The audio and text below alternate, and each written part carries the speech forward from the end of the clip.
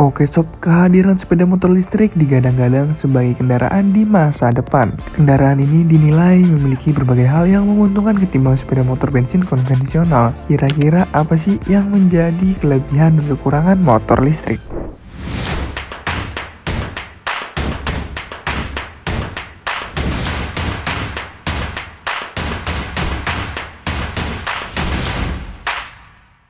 Beberapa waktu ini, banyak pabrikan otomotif mulai berkecimpung di lini kendaraan listrik. Di sisi lain, minat konsumen terhadap motor listrik juga lumayan tinggi ya sob. Di Indonesia, setidaknya sudah ada 52 merek motor listrik per pertengahan 2023 lalu. Para agen pemegang merek memiliki wadah tersendiri, yakni Asosiasi Industri Sepeda Motor Listrik Indonesia atau biasa juga disebut AISMOLI. Nah sob, AISMOLI itu sendiri berdiri sejak Januari 2022 dan menaungi beragam APM motor listrik yang ada di luar AISI.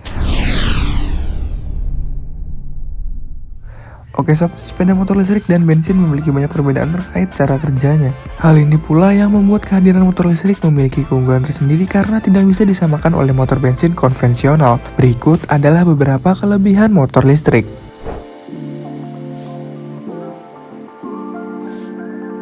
Penggunaan sepeda motor listrik pastinya lebih ramah lingkungan ya sob. Dengan begitu, pemakaian kendaraan listrik akan jauh lebih mengurangi jejak karbon pada operasionalnya. Itu semua karena motor listrik memiliki sumber energi dari baterai yang bisa diisi ulang ketika energinya habis. Nah sob, pemakaian motor listrik ini diklaim sebagai bentuk nyata pengurangan emisi karbon yang sedang gencar dikampanyekan di seluruh dunia. Beberapa model terbaru diyakini juga bakal memiliki baterai dengan sistem daur ulang, serta menciptakan opsi pengisian daya dari sumber listrik terbarukan seperti tenaga surya.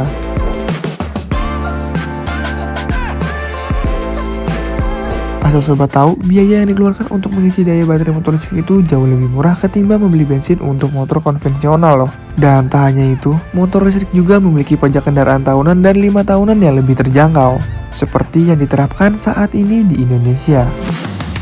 Berdasarkan Peraturan Menteri Dalam Negeri Nomor 6 Tahun 2023 tentang dasar pengenaan pajak kendaraan bermotor, bea balik nama, dan pajak alat berat tahun 2023, tepatnya dalam pasal 10, pengenaan pajak kendaraan bermotor, KBL berbasis baterai untuk orang atau barang ditetapkan sebesar 0% dari dasar pengenaan PKB.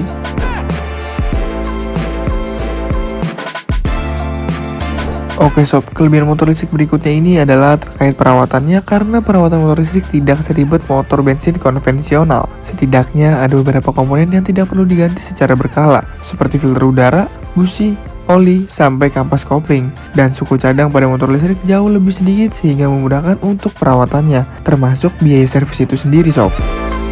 Pada motor listrik, kampas rem terbilang cukup awet karena pengereman lebih banyak dilakukan oleh motor penggerak yang ikut melambat ketika handle pengatur kecepatan diturunkan. Jadi motor listrik itu bisa mendapatkan pengereman secara ganda.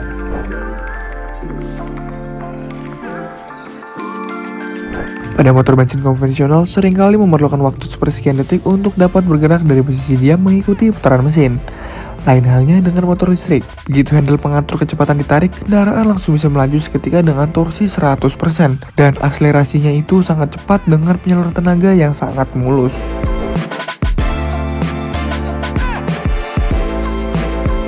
Mungkin di sebagian orang menyukai kendaraan yang tidak bising, dan hal itu bisa diperoleh jika menggunakan sepeda motor listrik sob. Kendaraan ini akan senyap begitu dijalankan. Meski begitu, sebagian pabrikan ada yang menyelipkan fitur speaker dengan derum suara mesin motor, khusus untuk pengguna yang ingin mendengarkan derum suara knalpot khas kendaraan dan ia bisa mengaktifkannya.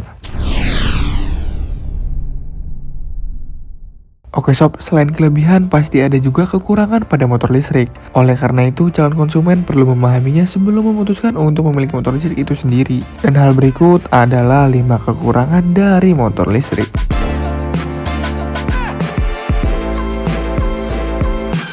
Jarak yang dapat ditempuh oleh sepeda motor listrik sangat dipengaruhi oleh daya baterai yang kita pilih ketika membeli motor listrik itu sendiri ya sob. Semakin banyak daya, jangkauan penggunaan semakin jauh.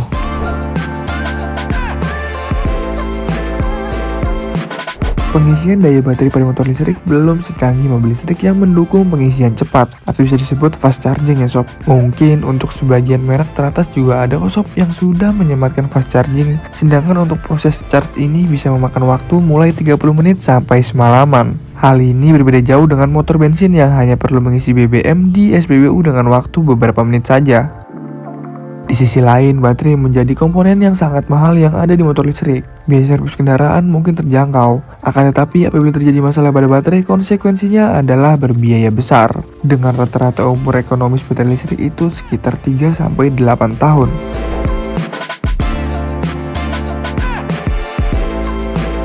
Stasiun pengisian daya listrik tidak sebanyak SPBU ya sob. Kalaupun ada, rata-rata masih didominasi untuk kebutuhan mobil listrik. Alhasil, pengguna motor listrik lebih sering mengisi daya dengan memanfaatkan listrik di rumah.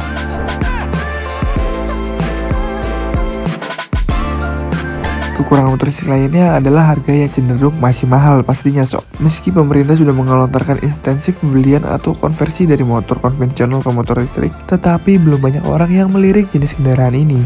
Itu semua karena satu unitnya bisa setara harga motor bensin di atas 20 jutaan.